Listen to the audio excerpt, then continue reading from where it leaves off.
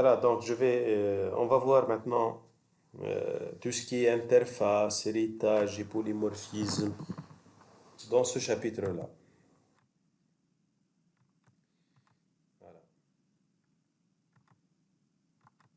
Donc, j'en ai quoi attends. Nous avons deux classes, complexe cartésien et complexe polaire. J'en ai des attributs. Ici, donc, deux attributs réels imaginaires. Ici, vous avez module et argument. Donc, les deux classes sont semblables si on les regarde avec l'œil nu. Maintenant, regardez qu'est-ce que j'ai rajouté.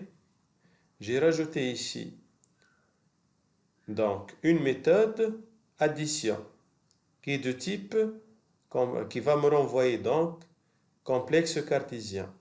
Ici, c'est la même chose. Nous avons le même type de retour avec avec le même nom. D'accord? Donc, nous avons le même nom avec le même type de retour, mais regardez ici les paramètres. Ici, vous avez complexe cartésien, complexe polaire. Donc, la première méthode et la deuxième méthode sont semblables. D'accord? S'ils sont semblables, donc ici, nous avons donc le même nom et avec le même type de retour, mais en fait, qu'est-ce que j'en ai? J'en ai les paramètres qui sont différents. Ici, je suis en train de quoi? D'utiliser donc le type complexe cartésien et juste en bas, j'utilise complexe polaire. Donc, on parle de ce mécanisme de surcharge. Donc, la surcharge, c'est quoi? C'est en fait, je peux définir une même méthode avec le même nom, mais avec des paramètres différents. Voilà. Passons maintenant à une interface. Regardez maintenant, une interface, c'est quoi? Une interface, en général, elle joue le rôle de ce qu'on appelle d'un cahier de charge. Un cahier de charge, c'est-à-dire que je peux définir dans une interface des en-têtes de méthodes. En tête, si je regarde bien ici, j'en ai quoi? Interface, qui va remplacer le mot-clé classe, et vous allez donner le nom de la classe. Et après, vous allez mettre des en-têtes de méthode, c'est-à-dire que je mets le nom de la méthode et qui va se terminer par un point-virgule, sans mettre du corps. C'est-à-dire, je ne vais rien mettre comme contenu de la méthode, par exemple, réelle ou imaginaire. Ce sont des en-têtes de méthode. D'accord? Ça, c'est les interfaces. Vous allez me poser la question pourquoi j'utilise ce genre d'interface. Mais je vais vous répondre par un exemple. Si on manipule une base de données, qu'est-ce qu'on a comme opération? On a ajouté, modifié, supprimé et listé. Donc on a 4 opérations qui sont fondamentales pour manipuler les tables d'une base de données. Donc je peux définir ces 4 opérations dans une interface et après je vais développer pour chaque classe par exemple, je vais dire classe qui va m'en charger de manipuler la table étudiant, je vais implémenter les 4 méthodes qui sont quoi? Ajouter étudiant, modifier étudiant, supprimer étudiant, lister les étudiants. C'est-à-dire que ces 4 opérations sont obligatoires et je suis obligé de les implémenter. Donc, le rôle des interfaces, c'est de définir des en-têtes de méthode qui vont être implémentées obligatoirement dans la classe. D'accord? Voilà. Autre chose maintenant, lorsque je dis ici, regardez, interface complexe, d'accord? Voilà. On peut dire, pour implémenter donc ici une interface, qu'est-ce que j'écris? Implements complex, puisqu'on a défini la classe complexe, voilà. Donc je vais dire implements complex. En UML, la symbolisation de ceci, ça sera avec une ligne qui est discontinue avec une flèche orientée vers l'interface. Donc, puisque j'en ai ici des méthodes qui vont être implémentées, regardez, je les trouve dans la classe complexe cartésien. Vous voyez? Donc, j'ai implémenté une interface. Après, je vais utiliser un mot-clé qui s'appelle implements, complexe. Et après, je vais développer le code de chaque méthode qui ont été définies dans mon interface. D'accord? Je répète, dans l'interface, je définis les méthodes, des entêtes des méthodes comme ça. Et pour expliciter ou pour éclaircir maintenant c'est quoi le retour de réel, vous allez développer le code qui est entre accolades ici. Vous voyez, il va retourner réel pour la première et la deuxième, il va vous retourner imaginaire. Donc, je peux dire quoi ici? Complexe cartésien est un complexe. D'accord? Complexe cartésien est un complexe. C'est-à-dire que je peux définir une classe complexe cartésien et je peux l'utiliser, comme je peux définir aussi une variable qui est complexe et donc je peux utiliser par la suite le constructeur de complexe cartésien. Et je vais vous montrer ça par la suite. Voilà, la même chose pour complexe polaire. Voilà. Passons maintenant au polymorphisme. Regardez, lorsque je dis polymorphisme, les références pointent des objets de plusieurs types. Donc ici, vous avez complexe. C'est quoi le complexe? On a dit c'est une interface. Donc CA égale un new complexe cartésien, c'est-à-dire que je suis au départ complexe et je vais me comporter comme complexe cartésien. C'est ça le polymorphisme. D'accord?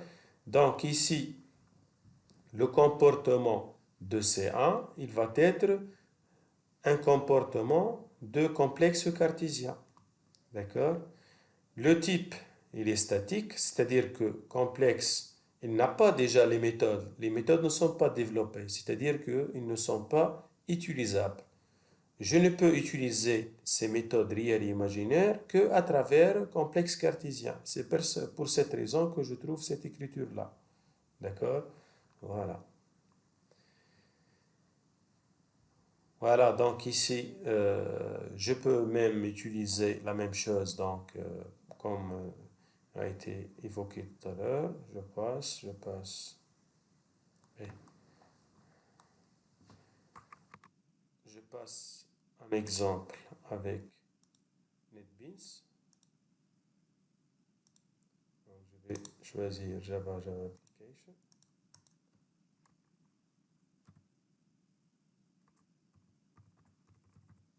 Je vais l'appeler héritage Java.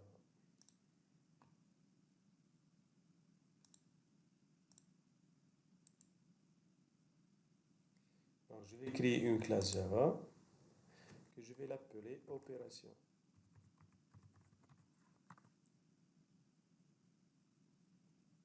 Voilà. Non, c'est pas interface. C'est pas une classe, hein, je vais créer une interface. Voilà. Nouveau. Je vais mettre Java interface. Voilà. Opération. Voilà. Il m'a préparé donc le cœur. Je vais mettre maintenant les entêtes de méthode. Donc je vais mettre public double par exemple. Ça. Double x virgule double y. Voilà.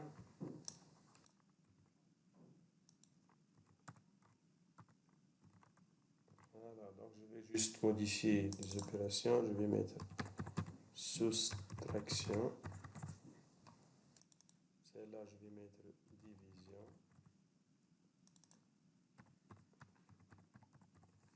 Multiplication.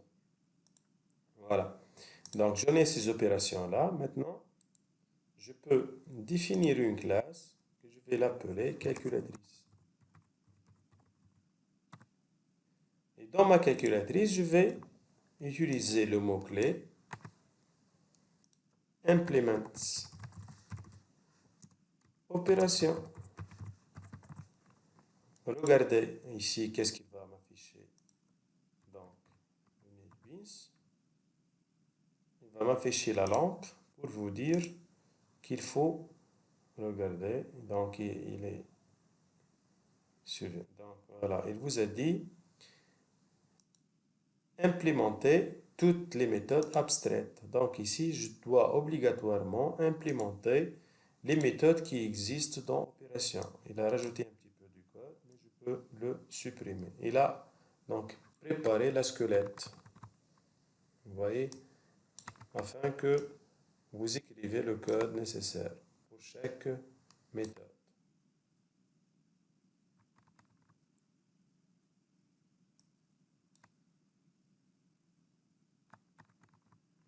Voilà. Donc, pour la somme, donc je vais mettre return x plus y. Voilà. Pour la soustraction, je vais mettre return x moins y. Pour la division, je vais mettre return x sur y. Voilà.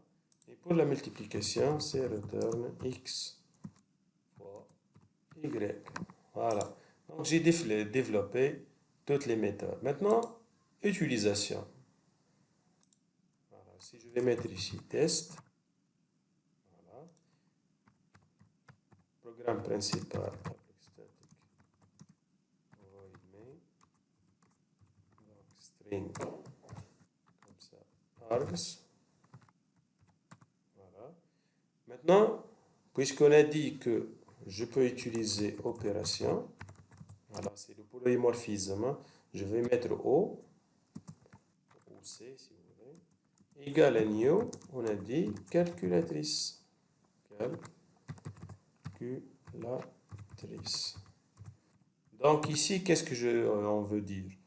C'est-à-dire que c'est une opération, d'accord? Mais elle va se comporter comme une calculatrice. C'est ça en fait le polymorphisme. Donc si je vais dire, par exemple, je vais calculer quelque chose, regardez, voilà. Maintenant, je vais afficher C. Voilà. Qu'est-ce qu'il va m'afficher? Il va m'afficher toutes les méthodes. Je vais afficher la somme, par exemple, de 5 avec 10. J'exécute pour voir qu'est-ce qu'il va m'afficher. J'attends un petit peu. Voilà, il m'a affiché 15. Vous voyez? Donc, je peux déclarer, donc,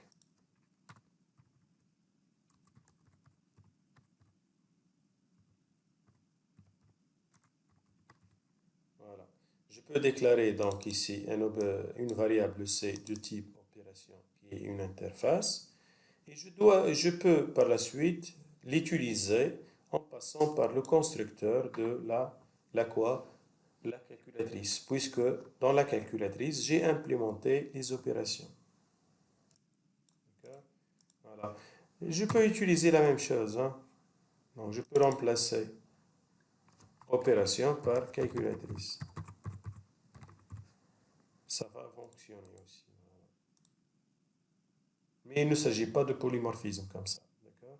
Puisque j'ai utilisé la classe calculatrice. D'accord?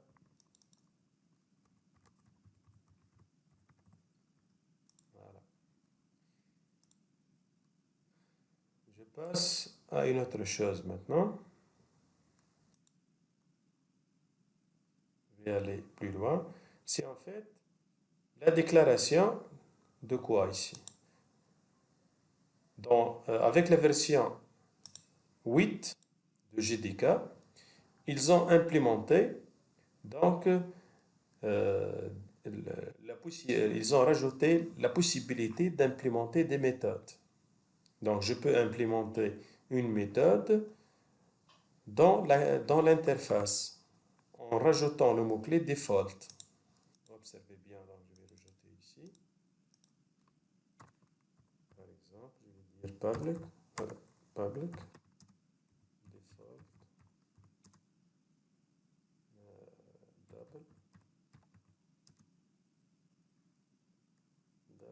Oui, par exemple.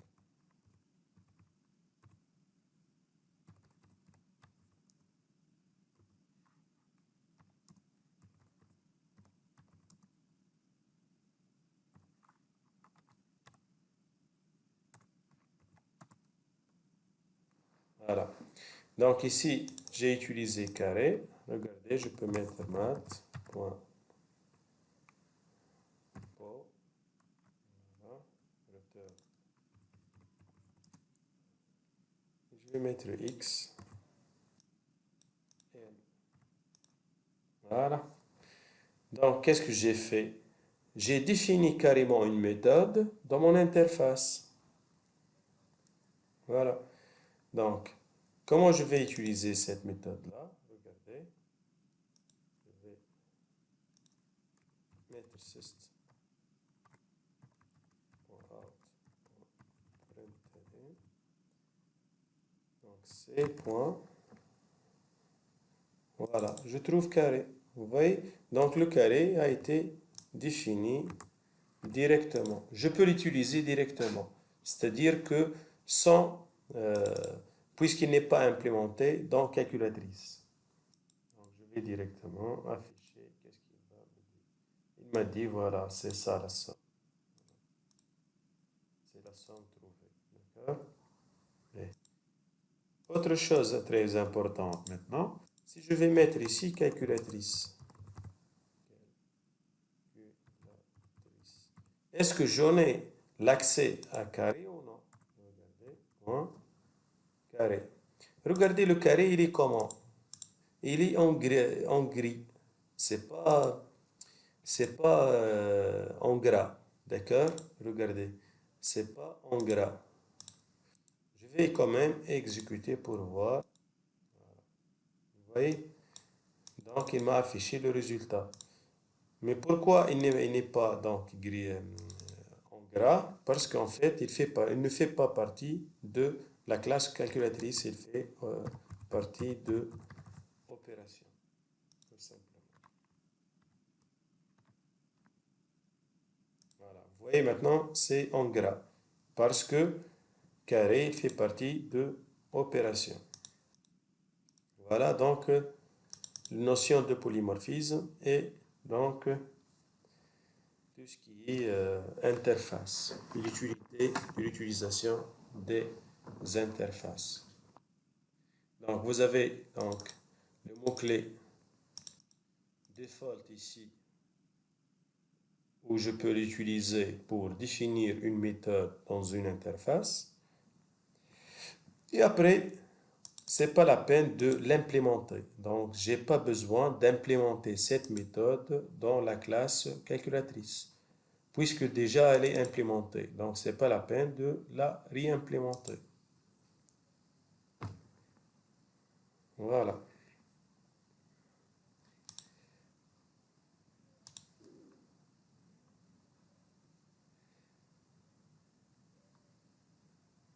Je passe maintenant à l'héritage.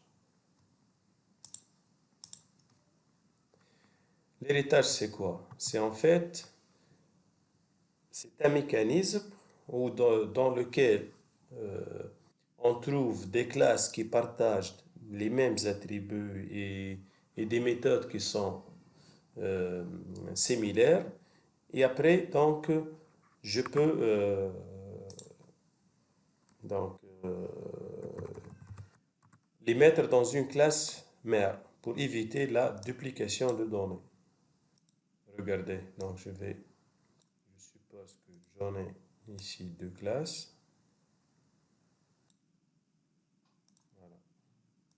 Une première classe, donc ici, je vais l'appeler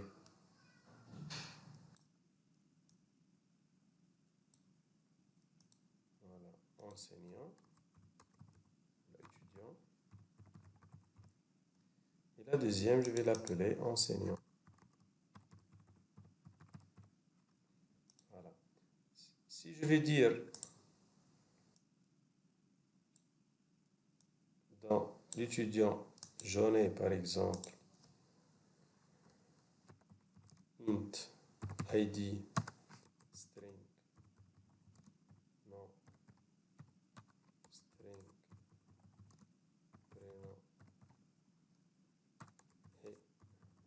string group.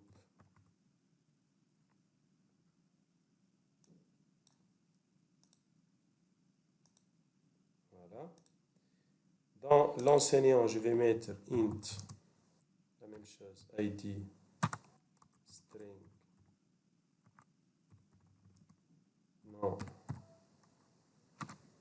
virgule, string, prénom, et string, grade. Supposons ici, j'en ai void affiche. Et la même chose ici, nous avons void affiche.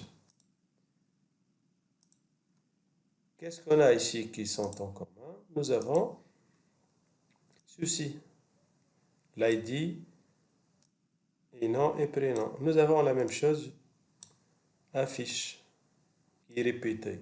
Donc, dans ce cas, qu'est-ce que je peux faire? Je peux créer une classe mère. D'accord? Et je vais mettre ici une relation qu'on appelle une relation de généralisation.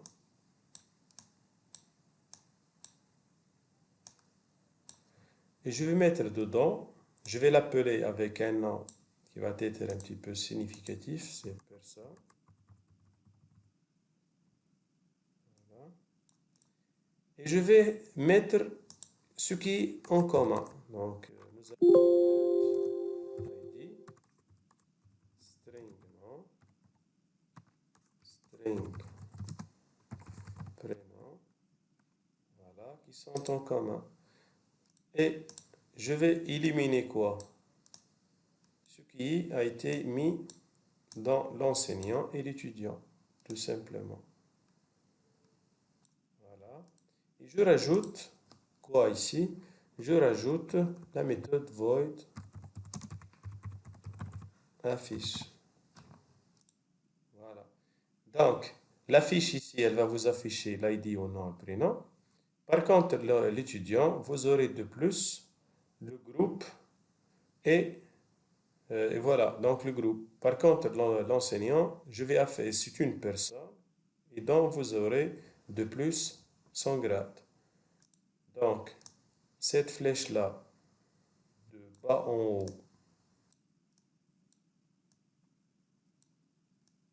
on l'appelle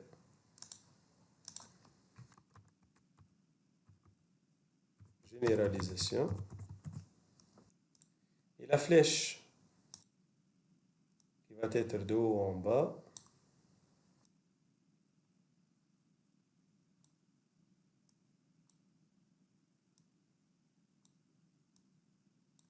on l'appelle spécialisation.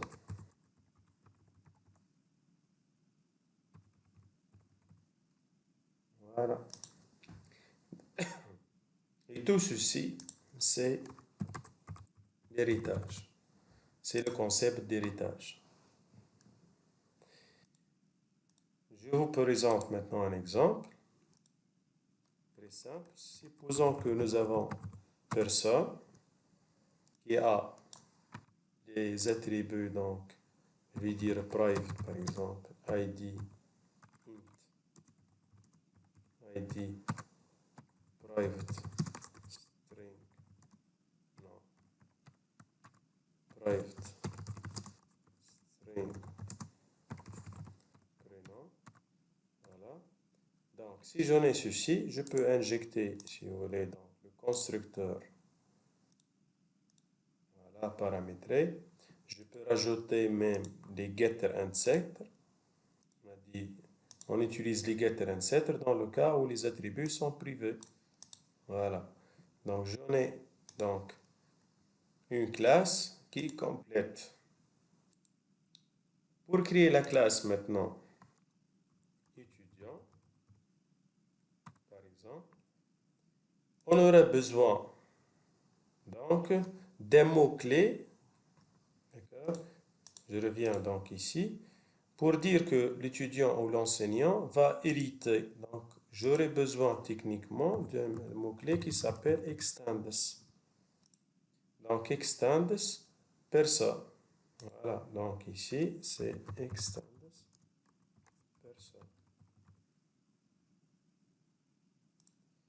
va vous dire ajouter le constructeur. Vous voyez, donc je vais rajouter tout d'abord print private, donc string group. Voilà. Je vais ajouter le constructeur. Il m'a rajouté, vous voyez, le constructeur qui va hériter de la classe mère, donc string group. Ici, nous avons un nouveau mot-clé qui est super. Super ID, nom et prénom, pour dire quoi? C'est-à-dire que je vais construire la personne, puisque un étudiant est une personne. Donc, j'envoie l'ID, nom et prénom, à qui? Au constructeur personne, pour m'initialiser donc l'ID au nom et prénom. Qu'est-ce qu'il me reste à faire en tant que classe fille? Donc, je vais utiliser this.group, voilà, égale group. D'accord? Voilà. Donc, le mot-clé super, ça sert avec les parenthèses. Il appelle la super classe. Voilà. Je peux rajouter dans personne la méthode affiche.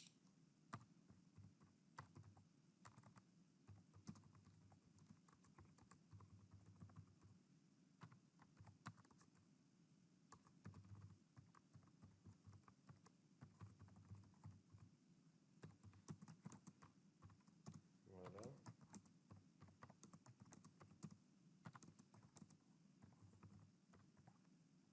Voilà, nous avons affiche. Je reviens donc à l'étudiant. Je vais aussi ajouter la méthode affiche. Public void affiche. Si je vais afficher, donc je vais utiliser system.out.println. Mais je ne peux pas afficher les informations concernant la personne. Je n'ai que groupe. Donc, je vais rajouter ici groupe, deux points, comme ça, plus groupe. D'accord? Mais pour afficher les informations concernant la personne, je peux utiliser le mot-clé super, point, et voilà, affiche. J'appelle la méthode affiche de مش نستعملوا this.group. En fait, regarde, this, on l'utilise dans le cas où il y a eu une ambiguïté. Nous avons ici groupe. Ici, nous avons groupe. D'accord?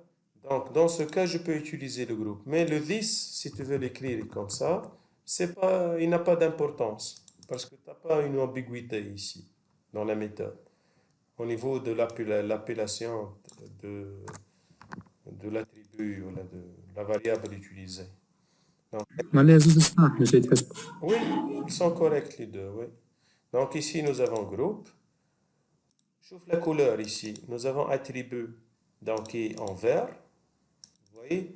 Ici, c'est en vert. Et celui-là, c'est en noir. Pour distinguer entre les deux, on doit utiliser le mot-clé this. Si j'enlève this, regardez, ça devient en noir. Donc il y a une ambiguïté. Pour dire que je vais affecter l'attribut groupe, la valeur groupe, donc tu dois utiliser this, voilà, pour enlever l'ambiguïté. Donc, j'ai terminé avec ceci. Je passe à la classe test pour tester. Hein. Donc, pour tester, donc, je vais écrire ici étudiant E égale à new étudiant. Et je vais mettre 1, je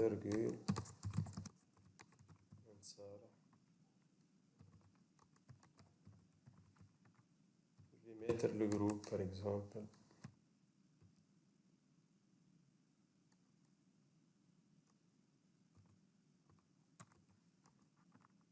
Exemple. Pour afficher, donc je vais mettre e.affiche. Voilà. Supposons maintenant je vais mettre personne. P égale new. Puisque l'étudiant est une personne, donc je peux utiliser le constructeur de la classe fille. D'accord? Donc je vais refaire la même chose. Je vais mettre ici 2, virgule.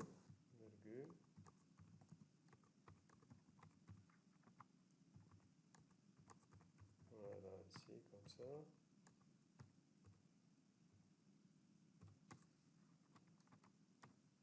Voilà. P.affiche.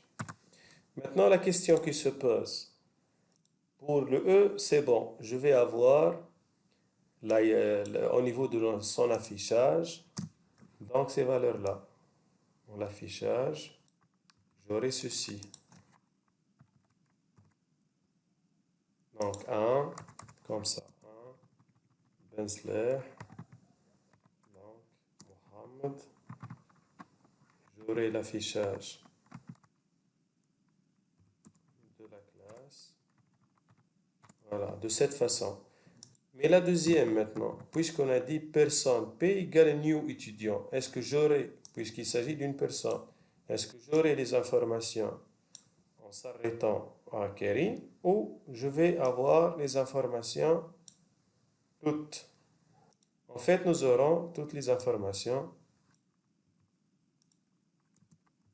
de l'étudiant complète parce qu'il s'agit de polymorphisme. C'est ça en fait le polymorphisme. C'est-à-dire que le P ici il va se comporter en tant qu'étudiant. Et voilà, je vais exécuter pour voir. Voilà, vous voyez?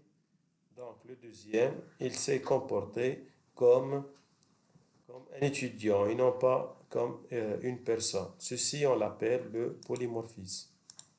D'accord? Voilà.